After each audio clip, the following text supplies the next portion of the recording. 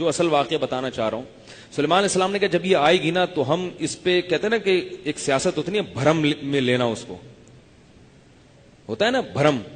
تو حضرت سلیمان علیہ السلام نے کیا کیا کہ اس پر ہمارے بھرم بہت اچھے پڑے, اس کا تخت اٹھا کے لے آؤ, کیونکہ اتنا بڑا تخت وہاں سے ہو کے یہاں آ نہیں سکتا اسباب کی دنیا میں.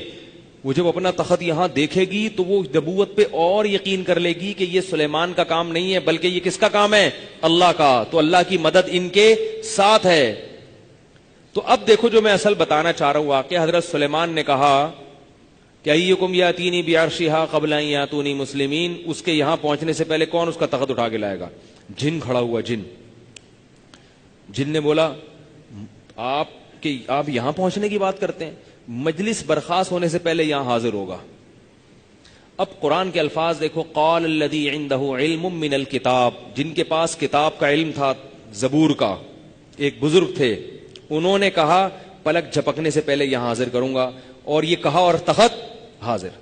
اب یہ واقعہ اگر فضائل اعمال میں لکھا ہوتا, قرآن میں نہ ہوتا, تو ہماری ایسی کی تیسی ہو چکی ہوتی کہ نہیں ہوتی؟ ایک اور کلپ مارکیٹ میں بولو نا آ چکا ہوتا. ایک اور نوجوان کوئی مفتی بیٹھتا پگڑی چھڑی باندھ کے, اس کو بڑا خوش ہوتا, ایک فضائل اعمال اور فضائل صدقات کے خلاف ایک ایٹم بم مل گیا. شیخ الحدیث نے لکھا کہ وہاں سے ایک بزرگ تخت اٹھا کے یہاں لے آئے. پھر قرآن کی آیتیں کہ یہ تو مردہ ہیں, یہ تو انسان ہے, ان کو تو یہ نہیں پتا کہ زندگی کب ہوگی, یہ شرک پھیلا رہی ہے. فضائل اعمال اور تبلیغی جماعت پوری دنیا میں کس کی دعوت لے کے گھوم رہی ہے؟ شرک کی دعوت لے کے گھوم رہی ہے. سب ایسے ہی شیخ الحدیث نے لکھا. پھر وہ جو ہمارے حضرت ہیں پیر و مرشد توصیف الرحمان صاحب, وہ تو خوشی سے ان کی تو نیند ہی اڑ جاتی رات. کہتے یار صبح اٹھتے ہی سب سے پہلے کیا کرنا ہے؟ کلپ تیار کرو. ایک دم کیمرہ آتا اور پھر توحید پر الحمد سے لے کے والناس تک قرآن میں توحید پر جتنی آیتیں ان کی تلاوت ہوتی, اور اس توحید کا مقصد ہندو کو مسلمان کرنا نہیں بلکہ مسلمانوں کو دائرہ اسلام سے باہر نکالنا. آج کل جو توحید بیان کی جا رہی ہے اس کا مطلب یہ نہیں کہ ہندو کی طرف مسلمان ہو جائیں توحید سن کے, بلکہ جو پہلے سے مسلمان ہیں ان کو دائرہ اسلام سے باہر نکالنا. یہ ہے ہی نہیں.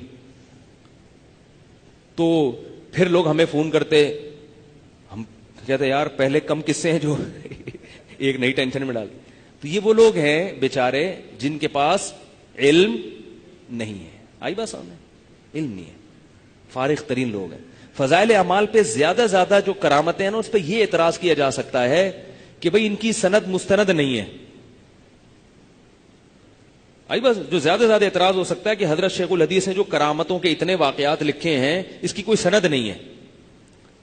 تو اس کا شیخ الحدیث جواب دے سکتے تھے کہ بھئی میں نے جن کتابوں سے نقل کیے مجھے ان پر اعتماد ہے, اگر کسی کو اعتماد نہیں ہے تو قبول نہ کرے, ختم ہو گئی. بھئی ایک واقعہ مجھے لگ رہا ہوتا ہے کہ صحیح ہے, آپ کو لگ رہا ہوتا ہے کہ صحیح نہیں ہے, تو بس اس سے زیادہ اس کی حقیقت, جو فضائل صدقات پہ اعتراض کیے جاتے ہیں ان کی حقیقت اس سے زیادہ نہیں ہے, کہ وہ سب کرامتوں کے واقعے ہیں. کرامت میں نسبت بزرگ کی طرف ہوتی ہے مجازن, حقیقت میں کون ہوتا ہے کرنے والا؟ اللہ ہوتا ہے. اب آپ کہیں کہ پھر ان بزرگ کی طرف نسبت کی کیوں؟ یوں ہی کہتے تھے اللہ نے یہ کیا, اللہ نے یہ کیا, اللہ نے یہ کیا. جیسے ایک فضائل اعمال میں واقع ایک بزرگ نے مردے کو زندہ کر دیا, تو بھئی یوں کہو نا کہ ان بزرگ کے ذریعے اللہ نے مردے کو زندہ کر دیا. تو فضائل اعمال میں ان بزرگ کی طرف نسبت اس لیے ہے کہ یہ نسبت مجازی کہلاتی ہے, اور یہ نسبتیں قرآن میں بھی ہیں. حضرت عیسیٰ کے بارے میں قرآن میں آتا ہے کہ حضرت عیسیٰ نے کہا احیی الموتى, میں مردوں کو زندہ کروں گا. حالانکہ حضرت عیسیٰ مردوں کو زندہ نہیں کر سکتے تھے. ہمارا یہ عقیدہ ہے. کون کرتا تھا زندہ؟ اب قرآن میں آ گیا کہ حضرت عیسیٰ انسان ہو کے مردے کو زندہ کر رہے ہیں, اس کے خلاف ان کا کوئی کلپ نہیں. فضائل صدقات میں آ گیا کہ فلاں شخص کے ہاتھ میں مردہ زندہ ہوا, ان کے خلاف سینکڑوں کلپ ملیں گے آپ کو. فرق صرف اتنا ہے کہ قرآن میں آنے سے ہمیں یہ پتا چلتا ہے کہ یہ واقعہ یقینی ہے, حضرت عیسیٰ نے مردے کو واقعی زندہ کیا. فضائل اعمال یا فضائل صدقات میں آنے سے یقینی نہیں کہہ سکتے, ہو سکتا ہے غلط واقعہ ہو. حضرت شیخ الحدیث کو غلطی ہوئی ہو, جس نے یہ واقعہ نقل کیا ہو اس نے جھوٹ بولا ہو, حضرت شیخ الحدیث نے سچ سمجھ کے کتاب میں لکھ دیا. اور یہ بھی ہو سکتا ہے کہ نہیں, اس نے جھوٹ نہ بولا, وہ سچا واقعہ. اس سے زیادہ اس پہ کلپ نہیں بن سکتا. نہیں آ رہی میرا خیال بات. اور اس قسم کے واقعات علامہ ابن تیمیہ, ابن قیم اور بڑے بڑے بزرگوں نے ماضی میں لکھے ہیں, ان کے خلاف کوئی کلپ بولو بھائی نہیں بنتا, کوئی کلپ نہیں بنتا, کیونکہ وہ واقعات عربی میں ہیں اور ان کے خلاف رد بھی عربی میں ہوگا, اور عرب پکڑ لیں گے فوراً, بولیں گے ہمارے باباؤں کو تم نے کب سے برا بھلا کہنا شروع کر دیا بھائی. تو یہ تماشا ہو رہا ہے, اس لیے ان چکروں میں نہ پڑیں. تو میں یہ کہہ رہا تھا کہ سلیمان علیہ السلام کے جو بزرگ تھے انہوں نے کیا کہا. اچھا, بعض لوگ یہ بھی اعتراض کرتے ہیں کہ وہ فلانے نے مردے کو زندہ کر دیا, حضرت عمر سے تو مردہ زندہ نہیں ہوا کبھی, فضائل صدقات میں فلاں بزرگ کے بارے میں لکھا ہے انہوں نے یہ کر دیا, صحابہ سے تو یہ ہوا ہی نہیں, اس کا مطلب آپ کے بزرگ صحابہ سے بھی افضل تھے. تو یاد رکھو, کسی سے کرامت کا صدور ہونا اس کی علامت نہیں ہے کہ یہ اپنے فلاں سے افضل ہو گیا. افضلیت کا معیار اعمال پر ہے, کرامتوں پر نہیں ہے. اب دیکھو, سلیمان علیہ السلام خود نہیں لا سکے وہاں سے تخت, حالانکہ وہ نبی ہیں, پبلک سے کہہ رہے ہیں, ٹھیک ہے نا بھائی, یار کوئی ہے ذرا کوئی تو لا کے دکھائے یار. پبلک کہہ سکتی تھی حضرت آپ پیغمبر ہیں, آپ کے تخت ہواؤں میں اڑ رہے ہیں, آپ جنات سے گپ شپ لگا رہے ہیں, آپ پرندوں کی بولیاں سمجھ رہے ہیں. تو وہ کہیں گے بھائی جتنا اللہ کر رہا ہے وہ کر رہا ہے, باقی مجھے اللہ نے یہ نہیں کہا کہ میں یہ بھی کر دوں گا. ہو سکتا ہے تم میں سے کسی کو اللہ نے الہام کیا ہو کہ وہ اللہ اس کے ساتھ یہ کرامت کر دے گا.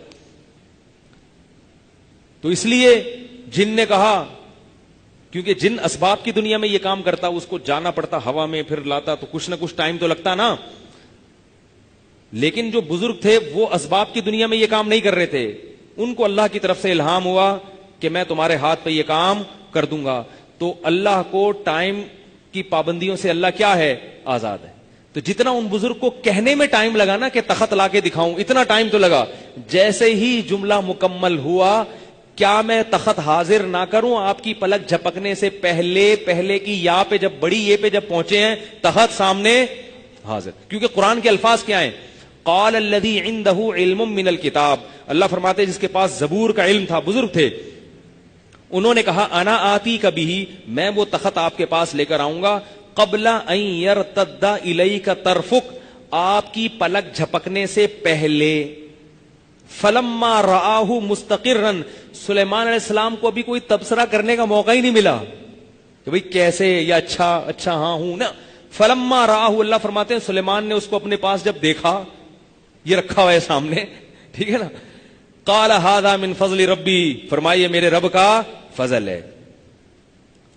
اب دیکھو جو میں دعویٰ کر رہا ہوں نا, سب دعووں کی دلیل اس آیت میں موجود ہے. وہ بزرگ کہہ رہے ہیں میں لے کر آؤں گا, اور سلیمان کیا کہہ رہے ہیں, یہ اللہ کا فضل ہے. حضرت سلیمان سمجھتے تھے کہ یہ نہیں لے کر آئے, کون لایا ہے, اللہ. لیکن حضرت سلیمان نے اس کو یہ بھی نہیں کہا ان بزرگ کو کہ جب اللہ لا رہا ہے تو تم یہ کیوں کہہ رہے ہو کہ میں لے کر آؤں گا, تمہیں تو یہ کہنا چاہیے تھا کہ کون لائے گا, اللہ. بھائی اس لیے کہ وہ جو کہہ رہے ہیں میں لے کر آؤں گا, تو مطلب لائے گا اللہ, ہاتھ کس کا ہوگا, میرا استعمال ہوگا, آرڈر میرا استعمال ہوگا, زبان میری چلے گی, بھائی آ جا, کچھ بولا ہوگا انہوں نے, آ جا, وہ تخت آ گیا. تو فضائل صدقات یا فضائل اعمال میں بھی جن بزرگوں کی طرف نسبتیں, مردہ زندہ کر دیا, یہ کر دیا, وہ کشتی یہاں سے اٹھا کے وہاں لگا دی, ایسی چیزیں ہمارے اکابر کی کتابوں سے نکال کے ان پہ کفر کے فتوے لگاتے ہیں. تو وہ ساری, ان سب کا تعلق کرامات کے قبیل سے ہے. اور ہمارا عقیدہ ہے, اور ان اکابر کا بھی عقیدہ تھا, وہ کرامتیں کرنے والا کون ہے, اللہ. نسبت کس کی طرف ہو رہی ہے ان بزرگ کی, وہ مجازی نسبت ہے, مجازی, حقیقی نہیں ہے. حقیقت میں ہمارا یہ عقیدہ نہیں ہے کہ یہ ان بزرگوں نے کیا, کر نہیں سکتے. انبیاء معجزہ نہیں کر سکتے تو بزرگ کرامتیں کہاں سے کر سکتے ہیں. نبی چاند کے ٹکڑے نہیں کر سکتے, اللہ نے کیے ہیں. تو جب نبی نہیں کر سکتے تو حضرت عیسیٰ مردے کو زندہ نہیں کر سکتے, تو بزرگ کہاں سے کر سکتے ہیں. آئی بات سمجھ میں. تو میں یہ کہہ رہا تھا کہ ابھی جو میں نے تبارک الذی والی آیت پڑھی ہے, بہو اعلی کل شیء قدیر, اللہ کیا فرماتا ہے, میں ہر چیز پر قادر ہوں.